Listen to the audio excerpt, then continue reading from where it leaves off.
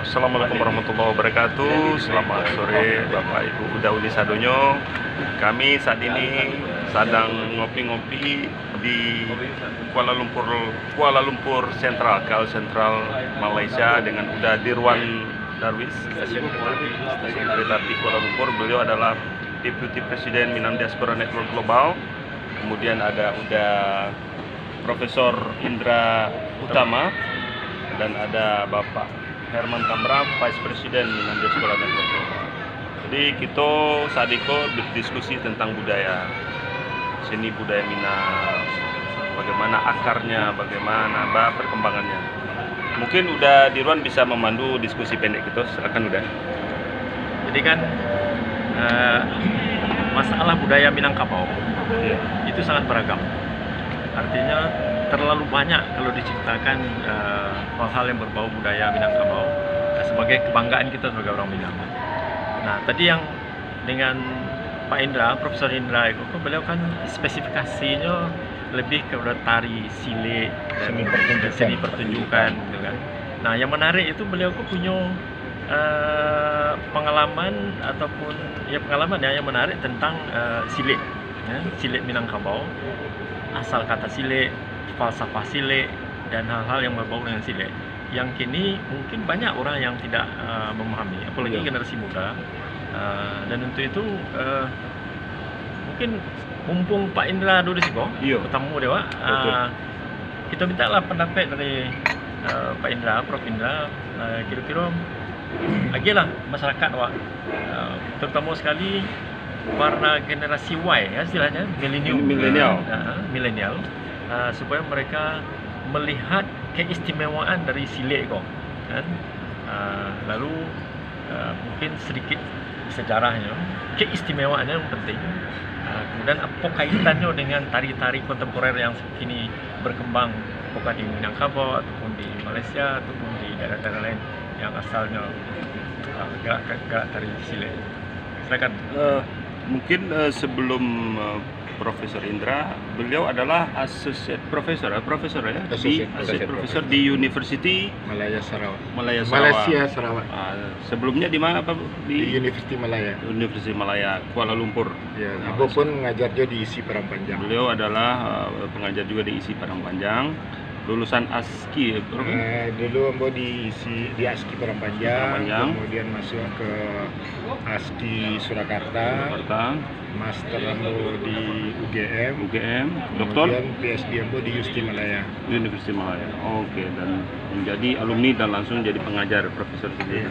Oke, Prof, silakan Prof. Ya, Bismillahirrahmanirrahim. Assalamualaikum warahmatullahi wabarakatuh. Pertanyaan dari Pak Dirwan mengenai ada semacam suatu perjalanan terciptanya tari Minangkabau, terutama dalam bidang tari. Jadi munculnya tari Minangkabau adalah seperti itu. Jadi di dalam kosakata Minangkabau itu tidak ada istilah tari, tidak ada istilah seni segala macam. Itu yang ada istilah itu adalah pamenan. Nah, pamenan itu adalah berasaskan kepada gerakan silik di Minangkabau. Jadi antara silik, kemudian dalam istilah kini ada panca, ada silik. Jadi kamu jalihkan dulu mengenai panca dan silik. Bagi orang Minangkabau, panca dengan silik tidak pernah digabungkan menjadi panca silik. Gitu. Panca, silik gitu.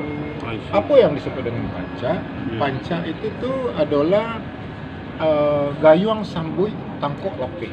Jadi di gayung orang disambui, yang sudah disambui dilapik balik. Itu panca.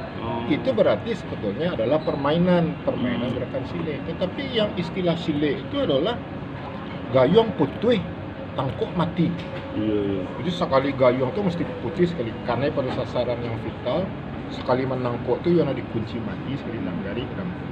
Jadi itu kalau di Kota Wanau itu namanya tambahi ceknya kalau yang silik itu, kalau silik lah dimainkan itu istilahnya secabiak kapan. Jadi harus ada kalah dan menang di sini. Nah, panca di setiap nagari di tanah Minangkabau ini ada didampingi oleh yang namanya pamenan. Kalau orang akademiknya menyebut pamenan itu tari tradisional. Ya. Nah, tapi kalau orang kampung itu kalau ketika ditanya ya, mengapa tadi itunya? Nah, kamu main-main saja, tapi orang lain menyebut menari gitu. Iya. Jadi itulah permainan gitu. Nah, permainan itu sendiri itu adalah merupakan seperti mata uang. Jadi antara silek dengan pamenan itu merupakan saudara kandung yang sedarah gitu. Antara panca dengan pamenan itu. Nah, kemudian perkembangan zaman karena adanya sekolah-sekolah pada awal tahun awal tahun 1900 itu ada sekolah rajo namanya di Bukit Tinggi. Itu Sebatigo gini. Itu ada kegiatan kesenian di situ, kesenian Melayu yang dianukan, yang diajarkan di situ. Kesenian Malokoko merupakan pengaruh dari sandiwara keliling yang datang dari Sumatera Utara, dari Malaysia ke Sumatera Barat, ke kota-kota sandiwara keliling itu. Itu mempengaruhi para seniman-seniman untuk kemudian menciptakanlah suatu kegiatan seni pertunjukan, tapi di sekolah-sekolah. Nah, karena kegiatan itu dilaksanakan di sekolah, perempuan boleh ikut. Tapi kalau yang namanya pamenan koko, ini milik kaum lelaki, padusi tidak boleh ikut. Kalau di kampung-kampung itu tuh artinya padusi itu dimuliakan, perempuan itu dimuliakan dalam Minangkabau. Jadi rumah kadang itu milik perempuan, itu milik perempuan, dimuliakan. Oleh karena itu padusi tidak boleh tampil di hadapan orang ramai untuk menyanyi, berkesenian, menari segala macam, tidak boleh. Iya. Tetapi ketika nyolah menjadi seni pertunjukan, justru seni pertunjukan itu kok dikuasai oleh kaum perempuan yang mulu-mulunya adalah kesenian Melayu. Jadi tetapi anehnya lagi, yang melatih kesenian Melayu kok laki-laki. Pak Rasid Manggis misalnya, Pak Sofian Naan misalnya di Padang Panjang. Yang dilatih itu padusi, maka lahirlah Huriah Hadam dari Sofian Naan, dari Pak Sofian Naan, Sofiani Yusuf dari Pak Rasid Manggis gitu. Nah, kemudian Huriah Hadam ini dia karena ayahnya ulama, seorang ulama besar di Padang Panjang. Kemudian yang mendirikan sekolah ulama yang disebut dengan Madrasah Irsyadin Nas, Amin. Adam Bebe, ayahnya Huriah Hadam Hukum, memasukkan pembelajaran pencak silat di sekolah itu. Gitu. Yang Huriah Hadam belajar silat di situ, sama murid-murid Min itu. Tapi belum lagi menggunakan gerakan-gerakan silat untuk hariannya. Nah, ketika Huriah Hadam malah ke Jakarta, hijrah ke Jakarta, bersuhu sama Jo Sardono, Yulianti Parana, Farga Faisal, Iwayan Dia, tokoh-tokoh sentot dan di Jakarta itu. Nah, mereka mencoba untuk membuat karya-karya yang berasaskan kepada latar belakang budaya masing-masing. Huriah Hadam di situ baru mulailah membuat tari yang berasaskan kepada silat, gerakan silat. Maka lahirlah tari Barabas dan tari Baling Kundang. Itulah yang disebut dengan Huriah Hadam sebagai pelopor terciptanya tari Minangkabau yang berasaskan kepada gerakan silat. Tahun 60-an sampai tahun 71-nya meninggal jatuh pesawat Merpati dulu. Baik, itu kan dari perspektif sejarah. Ya. Kira-kira mana Pak Im melihat supaya seni tradisi warisan yang silat itu yang dahsyat sebenarnya bagi orang yang memahami bisa dikembangkan lebih. Pak Im melihat supaya memberi penyadaran kepada milenial, betul ya? Milenial untuk menguasai seni tradisi itu. Jadi begini. Sebentar, kita lanjut ke episode kedua. Ya, silakan dijawab pertanyaan udah Dirwan tadi. Jadi ada suatu apa namanya itu ya. Kamu dulu pernah membuat suatu kritik di koran Singgalang, yang masih boleh dicari di blognya Mantagisme perjuangan. Mantagisme. Mantagisme. Punyanya Nasrul Azwar. Jadi di situ ada tulisan Ambo yang Ambo mengkritik tentang koreografer muda kehilangan panutan. Apa sebab? Jadi waktu itu ada pertunjukan karya anak-anak muda, koreografer muda. Membuat begini macam-macam lah karya tari yang modern lah gitu. Tapi tidak ada merujuk kepada tradisi itu sendiri. Iya. Jadi mereka belajar silat, isi Padang Panjang, ada di di sekolah gitu. Tapi mereka tidak merujuk ke kampung-kampung itu. Justru sebenarnya lahan yang sangat kuat itu lah paibana ke kampung-kampung itu barajabana silik di kampung. Iya. Jadi itu yang Ambo lakukan sebagai seorang koreografer. Dan Ikoka dulu munculnya muncul ketika ada kesadaran. Jadi pada waktu tahun 89 Ambo cerita sedikit. Ambo pergi ke Amerika ikut American Dance Festival situ. Sebelum itu Ambo berkarya cak-caknya karya tari modern lah. Yang gaya-gaya ballet, kemudian yang melihat yang pembukuan segala macam itu gitu. Jadi Ambo direkomendasi oleh Pak Salmodianto pergi ke American Dance Festival. Ambo sebagai seorang koreografer muda, modern lah kira-kira untuk itu. Tapi ketika Ambo sampai di sini di Amerika itu, justru Ambo tidak dilihat orang, tidak dipandang orang, tidak dihargai orang. Yang modern Ambo itu. Sampai di Amerika tuh orang sejak tahun 20 tahun 20 modern dance itu. Modern dance itu sejak tahun 20 lah mulai orang di sini munculnya koreografer macam Martha Graham, Elvin Ailey, Merce Cunningham dan segala macam itu gitu. Awak bangga-bangga lo datang ke sini dia lupa nak dicari orang, teknik salah tidak dikuasai gitu. Iya. Jadi terus terang memang sejujurnya pada waktu di American Dance Festival itu lah mau manuang, kemudian timbul satu kesadaran baru, kenapa Mbak harus menggarap karya yang bukan milik kamu gitu. Jadi ketika mau pulang dari Amerika 89, mau masuk kampung, mau beraja di Pariangan Padang Panjang Silik Tuo. Situ itu adalah pemainannya yang namanya tari sado kalau kami menyebut. Itu masuk lo Ambo ke Ketuan Nau, beraja tari Silik Harimau Campo, dan kemudian Ambo beraja tari manca namanya gitu. Dan kemudian dari belajar silik dan pemainan itu kemudian Ambo menciptakan satu tari dan kemudian itulah koreografi Ambo yang sejak tahun 89 berkembang pertama-tama. Dan ternyata menjadi perhatian bagi orang-orang yang kemudian Ambo diundang untuk ikut festival-festival. Jadi ikut American Asia Pacific Performance Exchange Program di UCLA. Kemudian Ambo pernah ke Sydney, kemudian Ambo pernah ke Fiji, pernah ke Thailand, ke macam-macam negara yang Ambo ikut festival.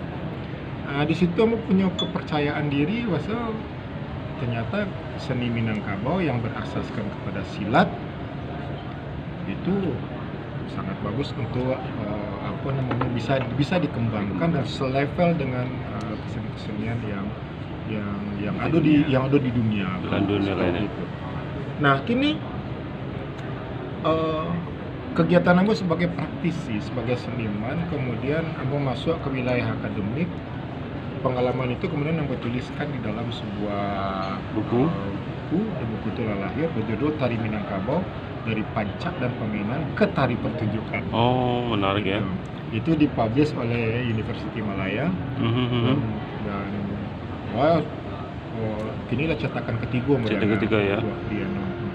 Mudah-mudahan bisa dibaca oleh seniman-seniman dan budaya Minang yang ada di belahan dunia lainnya.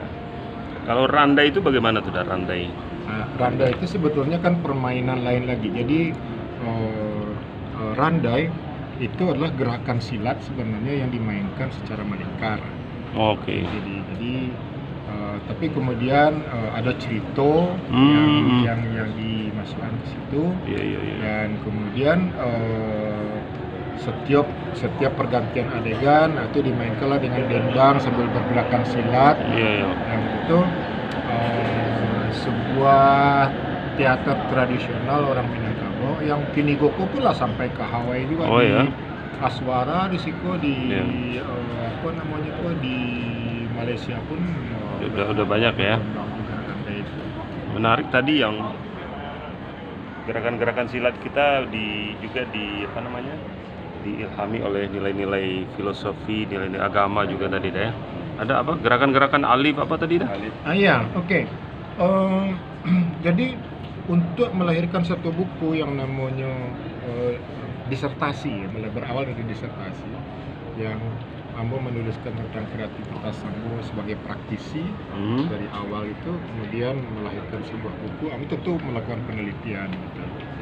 Jadi Ambo mulai dari penelitian sile itu sendiri gitu. Iya. Tanya tuh sile hampir seluruh nagari di Minangkabau itu. Kamu masuk tuh. Pai ke Pasisio, pai ke Payakumbuh, pai ke Solo, pai ke Luhak Nantigo gitu. Setiap kampung tuh ada sile itu. Sile kemudian ada yang adalah pamenan di sini tuh.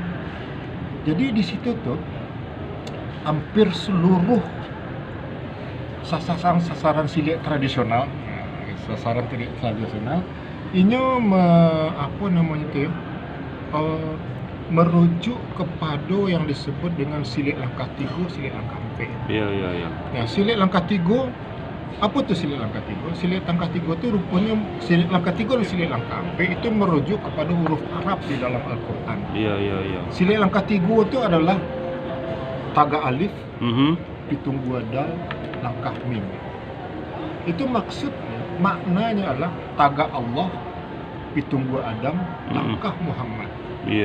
Kalau yang silik langkah hampe itu taga alif, kemudian melangkah 2 kali dengan menyerupai huruf lam, kemudian ditutup dengan gerakan simpi yang nama kalau bahasa Jawa dengan huruf ha dalam huruf Al-Qur'an. Jadi terbaca alif lam ha itu adalah Allah. Jadi ada alif dal mim, kemudian alif lam ha. Adam dan Allah ya tadi ya. Alif taga alif. Jadi sebelum orang bersilik itu orang alif ya. Taga luris orang berdoa, baca Al-Fatihah, kemudian baca doa yang sesuai dengan meminta memohon keselamatan, diurak langkah dengan pitung gua Adam, baru mau langkah balik dengan langkah mim. Bergantungan kaki itu menyerupai huruf mim. Ya. Jadi maknanya taga alif, pitung gua dal, langkah mim. Taga Allah, pitung gua Adam, langkah Muhammad. Kemudian baru dikembangkan jadi taga alif lo balik tu lam ha, lam ha. Lam di koko kalau di dalam tari Melayu disebut langkah step. Step. Jadi luar biasa silat Minang itu diilhami, diinspirasi oleh nilai-nilai religius juga ada ya, dari Allah, terus alif, dal, mim itu ya. Jadi tidak murni hanya gerakan-gerakan biasa, tapi ada nilai-nilai religius. Nah, kalau Ambo memahaminya, jadi baru-baru ada satu seminar mengenai silik. Kalau bagi Ambo memahaminya, silik itu rupanya pancak silik itu rupanya adalah suatu langkah, satu cara untuk mencapai tauhid ya. Islam, tauhid orang Minangkabau. Betul. Kalau nyalah merujuknya kepada taga alif, dal, langkah mim, kemudian Allah di sana tuh, itu kan suatu hal-hal yang berhubungan dengan tauhid. Betul. Tauhid itu sesuatu lah jatuhnya kepada makrifat. Jadi guru-guru silik di kampung-kampung itu yang diajarkannya kepada murid-muridnya. Jadi orang Minang tuh silik itu tidak lepas dari surau. Yes, silik itu memang berkembangnya di surau. Surau, makanya ada film Surau dan Silik. Yang belum nonton silakan nonton. Oke. Jadi terima kasih udah Profesor Indra atas inspirasinya. Mudah-mudahan ini bisa menjadi informasi dan pencerahan buat orang Minang di seluruh dunia mengenai bagaimana silik itu mulai, gerakan-gerakannya, inspirasinya, dan nilai-nilai yang ada di dalam. Terima kasih banyak ada Profesor Huda Indra. Pak Herman Kamra, terima kasih banyak. Ya. Sama-sama, saya hanya sebagai pemerhati Ya. untuk dalam diskusi antara tadi dengan Pak Jurnalis dengan Profesor Indra. Indra. Oke. Terima kasih Pak. Assalamualaikum warahmatullahi wabarakatuh. Kalau